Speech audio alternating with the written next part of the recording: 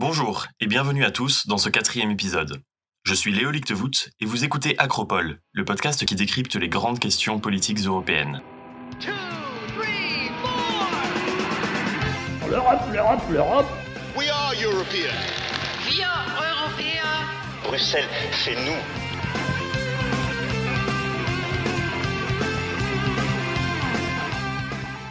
Qui dit mois de mai dit fête de l'Europe.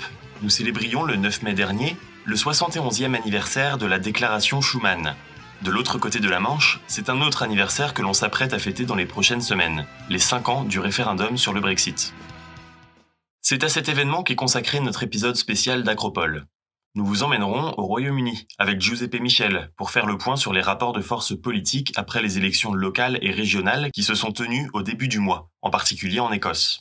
Jean-Christophe Amoir, dans sa chronique géopolitique, nous parlera des enjeux internationaux ambitieux auxquels Londres veut se mesurer, avec sa nouvelle stratégie diplomatique Global Britain. Mais en premier lieu, avec l'aimable participation de M. Christian Lequesne, chercheur à Sciences Po spécialiste des questions européennes et internationales, nous effectuerons une rétrospective de la saga Brexit, afin de comprendre les raisons et conséquences de ce mélodrame européen.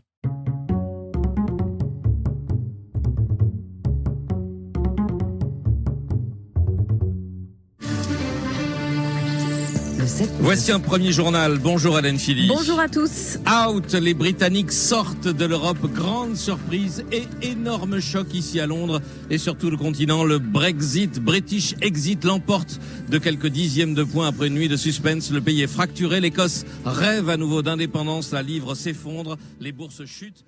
Le 24 juin 2016, pour la première fois depuis les débuts de la construction européenne, un État s'apprête à quitter le navire.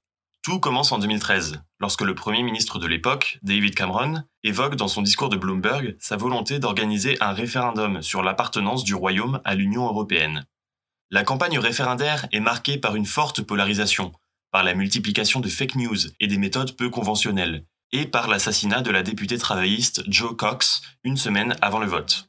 Le référendum, loin de calmer les ardeurs, débouche sur une crise politique encore plus longue et des négociations haletantes et complexes avec l'Union européenne. Mais pourquoi un tel chaos ? Quelles sont les raisons ayant mené au Brexit et quelles leçons en tirer ? Pour comprendre ce qui a poussé le Royaume-Uni à quitter l'Union, il faut déjà comprendre en quoi le pays a toujours été frileux à l'intégration européenne. Lors de la création de la Communauté européenne du charbon et de l'acier en 1950, le Royaume-Uni manque déjà à l'appel. S'ils finissent par rejoindre le navire européen en 1973, les Britanniques gardent le pied sur le frein de l'intégration. Ils réclament notamment un rabais sur leur contribution au budget européen et refusent d'intégrer l'espace Schengen ou l'euro. Christian Lequesne voit dans ces réticences à l'intégration la marque de l'histoire du pays. Fondamentalement, je crois que le rapport du Royaume-Uni à l'histoire européenne du XXe siècle n'est pas exactement la même que celle du continent. Et pour moi, la question, si vous voulez, de la guerre est fondamentale. C'est-à-dire que quand vous regardez la légitimation de la construction européenne pour les nations continentales qui soit ont été les attaquants pour l'Allemagne, soit les vaincus, soit les occupés, c'était de dire nous allons maintenant faire l'Europe pour repartir sur des nouvelles bases et oublier tout ça. Les Britanniques n'ont jamais eu le sentiment, eux, d'avoir perdu la guerre. Il ne faut pas l'oublier, ils n'ont jamais été occupés non plus. Donc ils étaient avec une autre histoire que les pères fondateurs, si vous voulez, Schuman, Gasperi, Adenauer, etc. Après, ils avaient bien sûr cette tradition de l'Empire qui reste quand même très très marquée dans l'imaginaire des conservateurs, dans le fond. Et je pense que leur caractéristique, c'est plutôt de penser que dans le fond, l'Europe, c'est trop petit, que pour eux, ce qui compte, c'est le vaste monde. Et là, ça va au-delà des États-Unis. C'est le sentiment d'être une puissance impériale et une puissance globale depuis toujours, et donc de regarder vers le grand large, comme disait le général de Gaulle. Il y a aussi des raisons politiques à cette attitude, propre au Royaume-Uni. Je crois que les Britanniques ont toujours été très fiers de leurs institutions nationales. C'est vrai qu'ils sont à l'origine de pas mal de traits de la démocratie libérale, le parlementarisme, etc. Donc ils n'ont jamais véritablement accepté que des institutions supranationales puissent être en concurrence avec leurs institutions. Pour eux, je pense qu'en entrant en 73, l'Europe, c'était avant tout une mesure de rationalisation économique, c'est-à-dire entrer dans ce qu'on appelait à l'époque le marché commun. Beaucoup ne se reconnaissant plus dans ce projet européen, devenu trop politique, l'euroscepticisme gagne ainsi une large frange de la classe politique britannique. En 2015, David Cameron cède et promet un référendum entre un maintien renégocié dans l'Union européenne et le Brexit. Je pense que Cameron fait partie de ces conservateurs qui n'ont jamais eu de passion pour l'Europe, mais qui se contentaient très bien de l'adhésion à partir du moment où ça apportait quelques avantages à la City de Londres et au fonctionnement du marché intérieur. Je me rappelle très bien parler avec des proches de Cameron au sein du Parti conservateur et je leur disais mais quel est le rapport du Premier ministre britannique à la construction européenne? Et je me rappelle toujours l'un d'entre eux me répondre « Oh, si le Premier ministre pouvait ne jamais en parler, ça l'arrangerait bien ». Mais depuis une vingtaine d'années, il y avait au sein de son parti la montée d'une véritable idéologie anti-européenne à partir des années 90. Et c'est devenu une pression très très forte. Et donc il n'avait plus de choix. Et d'autant moins le choix que le Parti conservateur, sur ce thème, commençait à être dépassé dans les élections par ce nouveau parti UKIP qui, lui, a été créé simplement dans l'optique de promouvoir la sortie de l'Union européenne. Et à un certain moment, la montée de cette idéologie devient tellement forte qu'il décide d'appeler au référendum en pensant, bien entendu, le gagner. On pensait que le oui allait avoir 51-52%, or c'est le contraire qui s'est passé.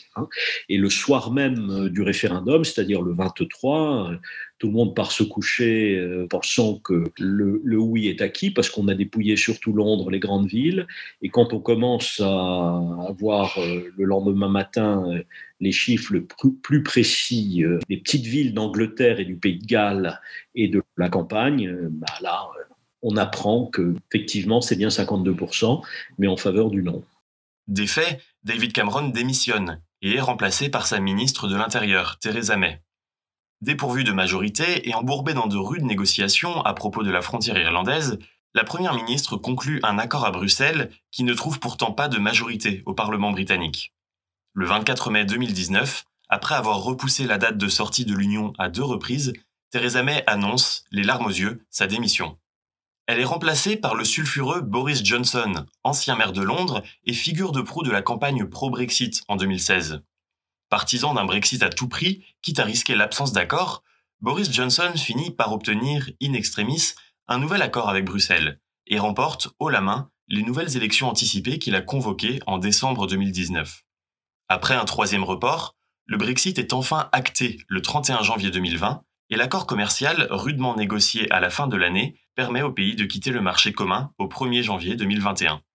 Des négociations complexes au cours desquelles le Royaume-Uni s'est montré particulièrement obstiné et l'Union particulièrement unie. Ils ont fait une erreur, à mon avis, assez fondamentale du côté britannique, c'est qu'au début, ils ont pensé qu'ils allaient pouvoir avoir le marché intérieur à la carte. Et ça, c'était inacceptable. C'était inacceptable, y compris pour ceux qui ont été leurs amis politiques à l'époque où ils étaient dans l'Union. Je pense à la Suède, par exemple. Ils étaient absolument persuadés que l'Europe ne serait pas unie face à eux. Et que donc, ils allaient pouvoir jouer avec leur diplomatie qui est quand même très remarquable. Ils allaient pouvoir jouer l'Allemagne contre la France, les pays d'Europe centrale contre les États plus anciens, etc. Or, ça n'a pas marché. Ça n'a pas marché tout simplement parce qu'il y a eu le choix d'avoir un représentant, en la personne de Michel Barnier, qui a été en mesure toujours de présenter une position unie à la Grande-Bretagne. Et c'est rare de dire ça parce que l'Union européenne est souvent désunie sur pas mal de choses, mais là, il n'y a pas eu de désunion. Au contraire, ça a renforcé la cohésion. Le 23 juin prochain, les Britanniques fêteront les 5 ans du référendum sur le Brexit. Quel bilan peut-on tirer de ces événements ? Les Brexiteurs semblent avoir réussi leur pari, puisque le Royaume-Uni n'est plus membre de l'Union. Mais est-il pour autant redevenu la grande puissance qu'ils espéraient ? Je pense d'abord qu'il est trop tôt pour tirer des vraies conséquences de l'effet du Brexit sur l'économie britannique. D'autant plus qu'il y a eu aussi une période très particulière avec la Covid. Mais si vous voulez, on découvre du côté britannique au quotidien les difficultés. Quand vous avez 50% de vos exportations qui continuent à aller vers le territoire de l'Union européenne, c'était quand même mieux quand vous aviez un marché intérieur avec une libre circulation que lorsque vous êtes obligé de calculer des taxes. Il y a une paperasse incroyable et tout ça, bien sûr, nuit à la productivité. Maintenant, je pense qu'il y a une capacité de la société britannique à s'adapter, à rebondir qui est importante. Maintenant, il y a un défi politique important, c'est que la société britannique, c'est pas seulement l'Angleterre et le Pays de Galles, c'est aussi l'Écosse, l'Irlande du Nord. Et là, on voit quand même se creuser un fossé de plus en plus grand et une sorte de désunion qui est en train de naître. Pour moi, le principal défi étant l'Écosse. Et la fracture du pays n'est d'ailleurs pas que géographique.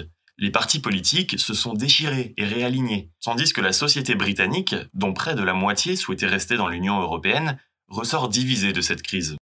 Ce ne sont pas simplement des clivages régionaux, ce sont aussi des clivages clairement sociaux, c'est-à-dire plus vous avez fait des études supérieures et moins vous avez soutenu le Brexit. Et puis il y a eu, c'est une affaire assez triste, un vrai clivage générationnel. Les 18-24 ans ont voté à 70% contre le Brexit. Donc quelque part, c'est les générations d'avant qui leur ont confisqué l'Europe, si je puis dire. L'Union européenne aussi aurait pu se passer du Brexit. Mais là où certains Brexiteurs se voyaient déjà à l'avant-garde du délitement de l'Union et les premiers d'une longue série d'États membres à quitter le navire européen, les difficultés du Brexit semblent avoir refroidi les esprits des eurosceptiques en Europe. Il y a eu une évolution très nette du discours des partis populistes, notamment d'extrême droite. Au début, ça donne des idées, c'est formidable, le peuple est écouté, etc. Puis après, devant la difficulté des choses, on se rend compte que c'est peut-être pas la bonne solution. Et donc, si vous prenez la plupart des partis populistes, vous en avez très peu qui soutiennent la sortie. Ils vont vous dire que, bien sûr, il faut réformer complètement les institutions européennes, mais qu'il faut le faire de l'intérieur, ce qui n'est pas du tout la même chose. Dans aucun des pays des 27, aujourd'hui, je pense qu'il n'existe une majorité de gens convaincus pour sortir de l'Union européenne. Il existe beaucoup de gens critiques à l'égard de l'Union européenne, mais sortir, c'est autre chose. Donc je ne crois pas que l'effet boule de neige soit un grand risque à court terme.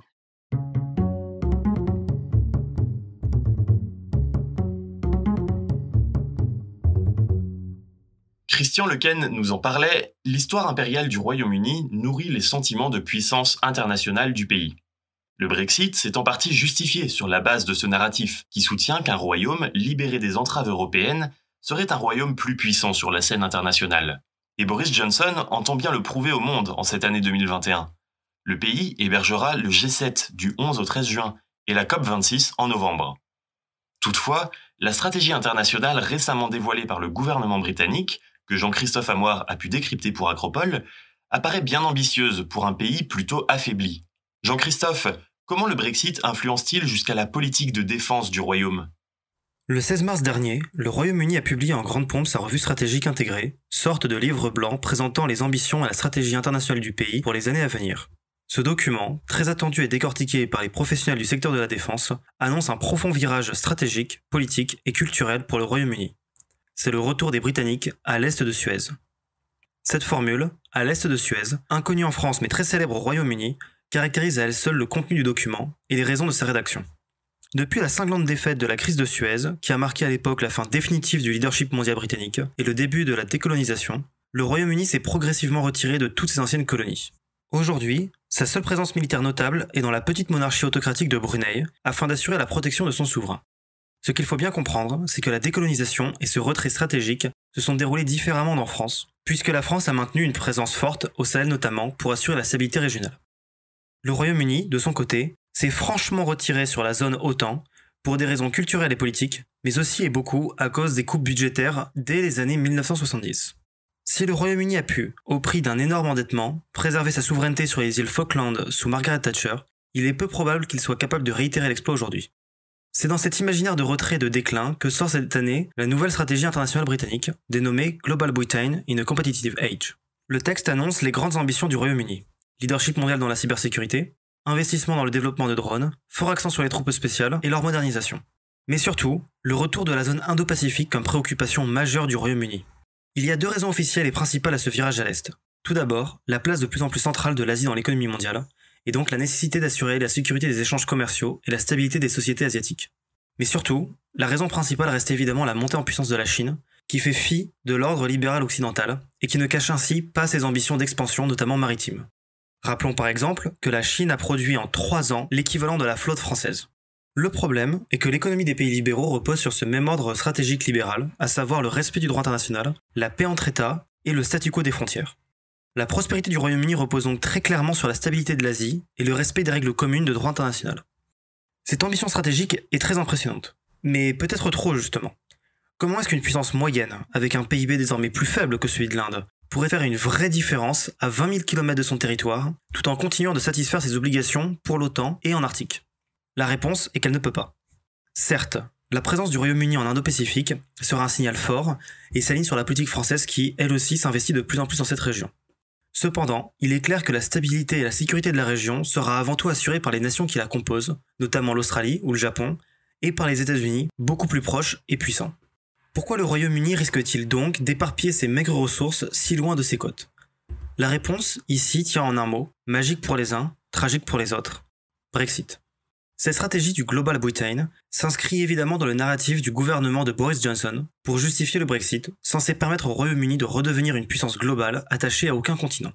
Mais c'est en réalité la nostalgie de l'Empire, où le soleil ne se couchait jamais, que l'on retrouve ici. Les Britanniques risquent cependant de se rendre rapidement compte que le Union Jack n'a plus le même poids au XXIe siècle qu'il n'en avait à l'époque dorée de la reine Victoria et des grandes explorations. Le Royaume-Uni était un poids en Europe, en Asie, il sera un outsider de seconde division. Place aux actualités du mois, consacrées, une fois n'est pas coutume, aux nouvelles d'outre-Manche.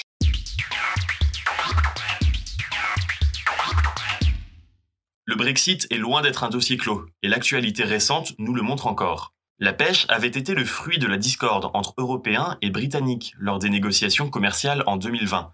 Les pêcheurs européens, et en particulier français, dépendant largement de leur exploitation des eaux britanniques. L'accord signé prévoyait une diminution de 25% de la pêche en eau britannique sur 5 ans, et l'octroi individuel de licences de pêche pour les pêcheurs européens. Problème, dans la Manche, et en particulier sur l'île anglo-normande de Jersey, les pêcheurs ne veulent plus voir de Français pêcher leurs poissons. Des règles supplémentaires, édictées par Jersey hors du cadre de l'accord commercial, ont ainsi restreint un peu plus l'accès des pêcheurs européens à ces eaux. Devant cette situation, l'escalade a été rapide. Les pêcheurs français ont d'abord bloqué le port de Jersey.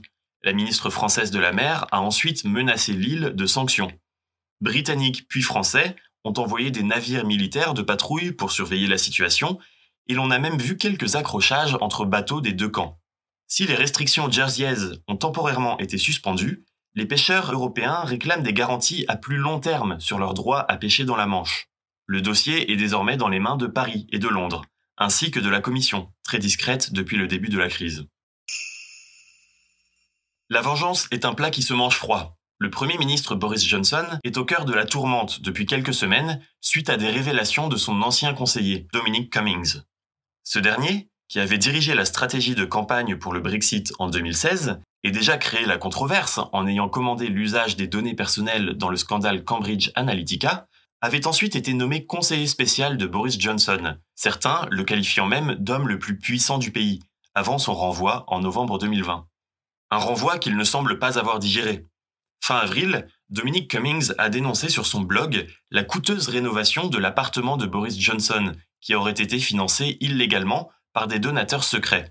Le gouvernement Johnson est déjà sous le feu des critiques, accusé de connivence avec une puissante firme de services financiers, Greensill Capital, pour laquelle travaille l'ancien Premier ministre David Cameron.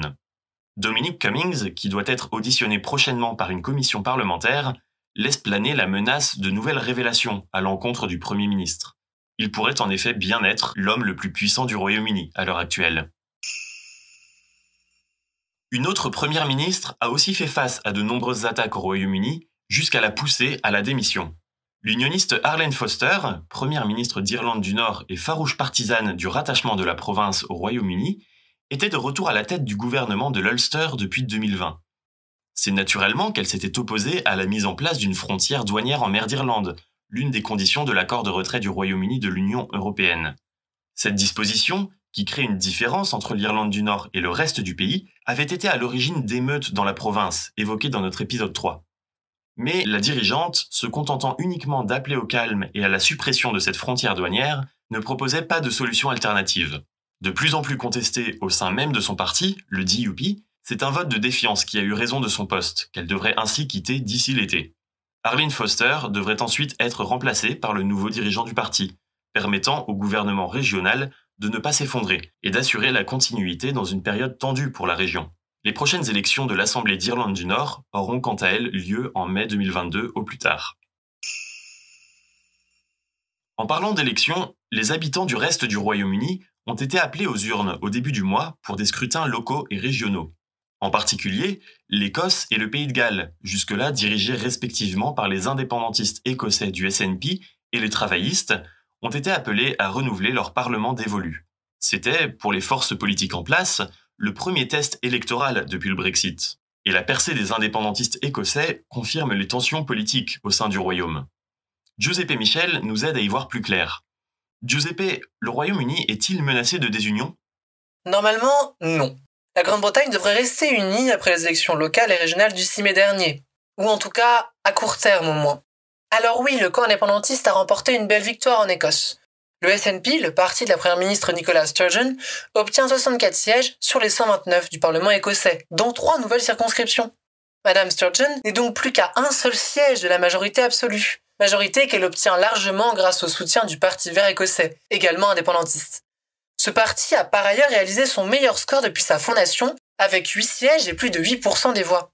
Bloc indépendantiste rassemblant ainsi 72 sièges au total, soit 3 de plus que lors des dernières élections en 2016.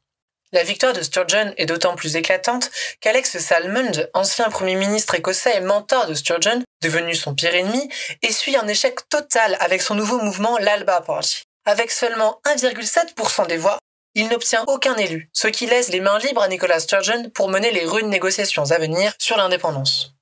En effet, Salmond est partisan d'une ligne dure avec Londres, souhaitant organiser un nouveau référendum le plus vite possible, quitte à le faire illégalement sans l'aval de Londres, comme en Catalogne. La première ministre a, elle, fait campagne en ne cessant de répéter que la priorité était la reconstruction économique et sociale de l'Écosse, après la crise du Covid-19. C'est seulement ensuite que viendra le temps de l'Indy Ref 2, vers 2024-2026. Mais les négociations avec Londres sur cette question seront longues et difficiles, Boris Johnson ayant annoncé qu'aucun référendum n'est souhaitable dans la décennie à venir. Au-delà de ces considérations constitutionnelles, l'indépendance écossaise est, au regard des résultats de ces élections, loin d'être acquise. En effet, le camp indépendantiste n'a rassemblé que 50,1% des suffrages exprimés. C'est un score symbolique, car il dépasse les 50% contrairement à il y a 5 ans. Mais vous le voyez bien, la majorité indépendantiste est plus que mince. Cela reflète très bien les derniers sondages parus sur cette question de l'indépendance, qui montrent une Écosse plus que jamais divisée entre 2 camps égaux. Une moitié pour l'indépendance, et une autre moitié de l'Écosse qui reste farouchement unioniste. Et justement, dans cette deuxième moitié, ce sont les conservateurs qui s'imposent de plus en plus comme le parti unioniste dominant. Les Tories conservent leurs 31 sièges alors que travaillistes et libéraux-démocrates reculent en voix, comme en sièges. On constate le même phénomène au Pays de Galles, qui élisait lui aussi son parlement dévolu le 6 mai dernier, le C9.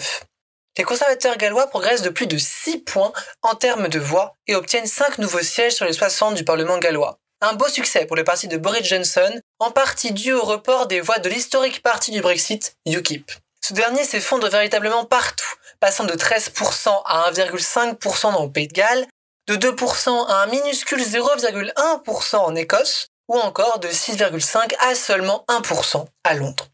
Mais au Pays de Galles, l'indépendance n'a pas eu autant de succès qu'en Écosse. Les indépendantistes gallois du Plaid Cymru ont essuyé un échec en perdant l'une de leurs 6 circonscriptions. Les travaillistes au pouvoir sans discontinuer depuis la dévolution de 1999 au Pays de Galles ont quant à eux réalisé une belle performance en augmentant leur score de 4,7 points, obtenant ainsi 30 sièges, soit la juste majorité du C9. Le Premier ministre sortant, Mark Jackford, pourra ainsi gouverner beaucoup plus facilement que lors des 5 années précédentes. Mais ce succès gallois est bien le seul pour le Labour de Keir Starmer, qui a connu un revers lors des élections locales en Angleterre tenues le même jour. Le Parti travailliste perd la majorité dans 8 conseils, ainsi que plus de 300 élus locaux. Au contraire, les conservateurs remportent 13 nouveaux conseils et obtiennent plus de 200 nouveaux élus locaux. La défaite est d'autant plus amère pour les travaillistes que ces victoires Tory se font au sein du Mur Rouge, cette région au nord de l'Angleterre, bastion historique des travaillistes, mais qui bascule de plus en plus dans le camp conservateur et brexiteur de Boris Johnson. Il y a bien eu la reconduction du maire travailliste de Londres, Sadiq Khan, pour réconforter la gauche anglaise. Mais même cette victoire est loin d'être éclatante.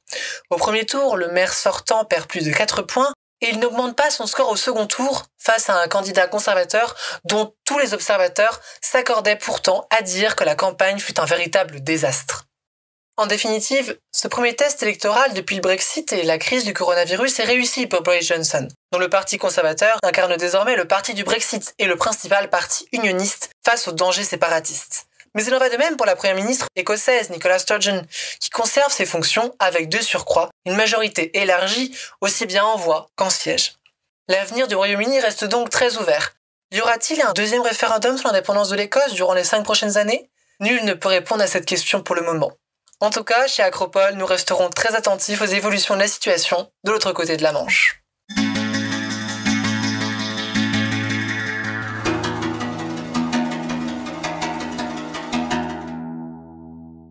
Pour cet épisode spécial Brexit, Acropole vous offre 2 recommandations.